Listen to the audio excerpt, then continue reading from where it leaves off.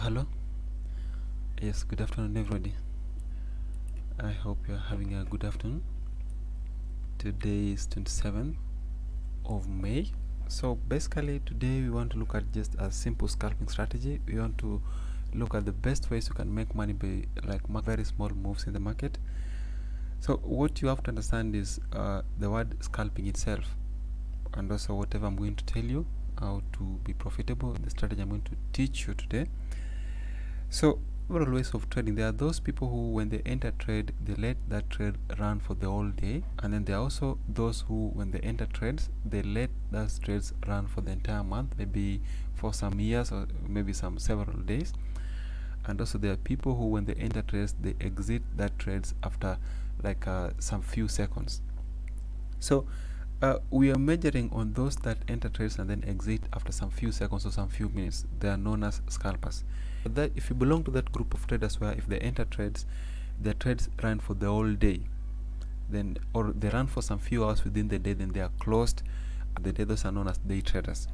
Those that are run for some hours are known as intraday traders. If you belong to those group of traders who when they enter trades, they let their trades run for maybe years, months, or several days, those are known as the position traders. So basically today we want to look at those that enter trades and then they exit trades. We have the stochastic here. You use the default parameters for this indicator, and the default parameters are basically a period, which is always the 5, the D period is 3, the slowing period is 3, and then the price field should be low, and then we have the MA method, which should be the simple moving average method. So if you touch that on the screen, you should be able to see it. We have 5, 3, 3. These are the parameters. This is 5, this is 3, this is 3, and then this where there are 2 lines. We have this line here. These are known as the level. So we have, and then we have 20. These levels, they stand for the oversold and also the overbought. When the price is above 80, you're supposed to be looking for a sell. When the price gets below 20, you're supposed to be looking for a buy. So the idea is to watch for price when it is below 20 and when it's above 20, above 80. So we have this here. We have this is above 20, above 80. Then we have this area above 80, and we have this area. This is below 20. We have this area above 80, above 80, and also we have this being below 20, and then you have the next one, which is this below 20. Then you have the next one, which is this below 20, and this is we are just getting above 80.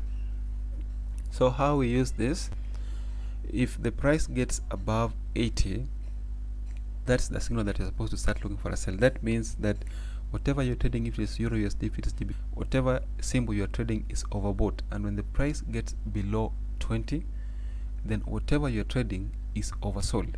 So you're supposed to start positions, but you cannot use this alone. The indicator which you are having, the one which I have attached to the screen, there is no way you should be using. You must never find yourself using this indicator on its own. So when the price gets above 80, there's something to check before you start triggering any trade.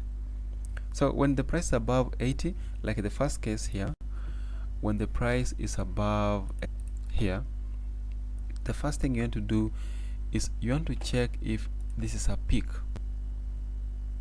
You want to check if this is the offer.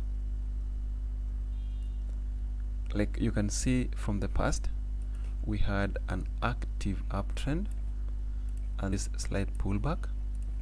There's an active uptrend and then there's a slight pullback. We have an active up. We use the default settings. So we have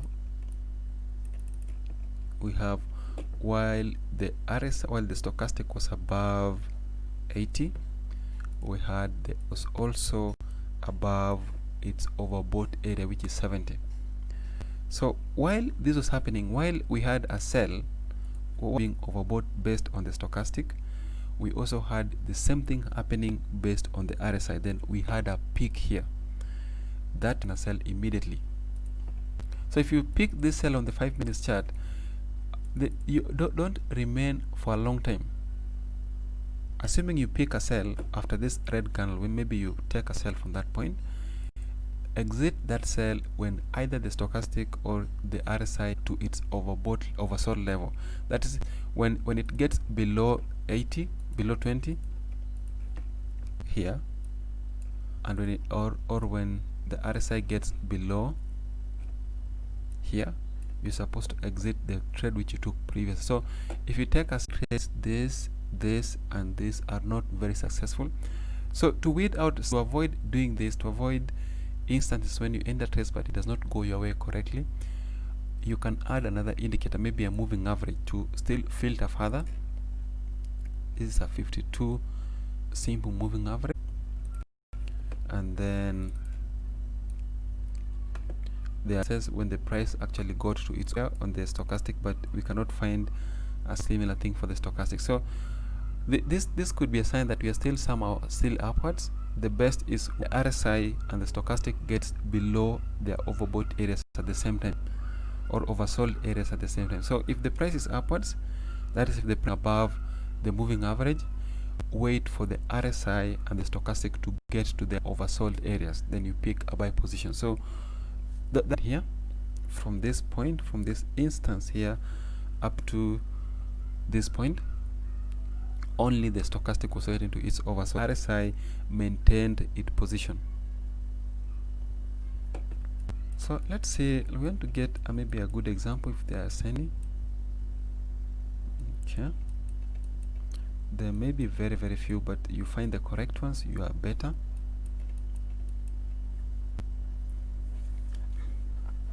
So we'll change the period of the RSI. Instead, we're going to place it to be 5. Okay, so if you place the period of the 5, you can see that at this instance we had this overbought, and then we also had this one, the stochastic was overbought. At the same time, price was below the moving average.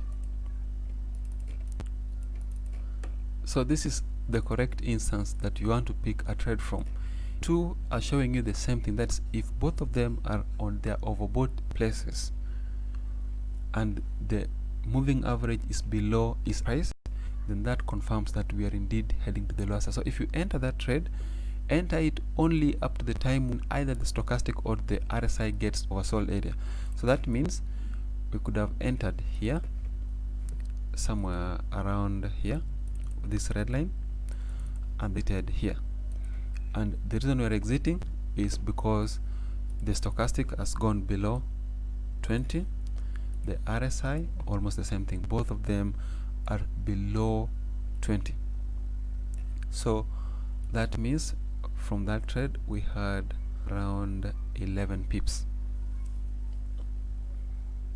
So this is one way you can be trading. You can add as many filters as possible, but just ensure your time frame. Then try to incorporate at least not one indicator. Don't rely only on the stochastic or the RSI alone. Attach the RSI, the stochastic, and then also use another moving average as a filter, or anything else as a filter. So you could use MACD as a filter, you could use the RS, or you could use any of this. You can even use average directional movement index as the filter. So the idea is to get the correct direction, then trade when, like for example, if the moving average is a sell, the average directional movement index is a, then all of a sudden the price gets to its overbought area, then that's a correct place to look for a sell. So we don't want a case where you enter trades and maturely, or you enter trades and then you remain too long. No, you should enter trade and then you exit at the correct time.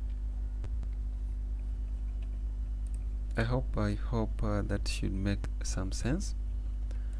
That should make a lot of sense. That you want to make money scalping, don't rely only on one indicator. That is, don't rely only on the stochastic.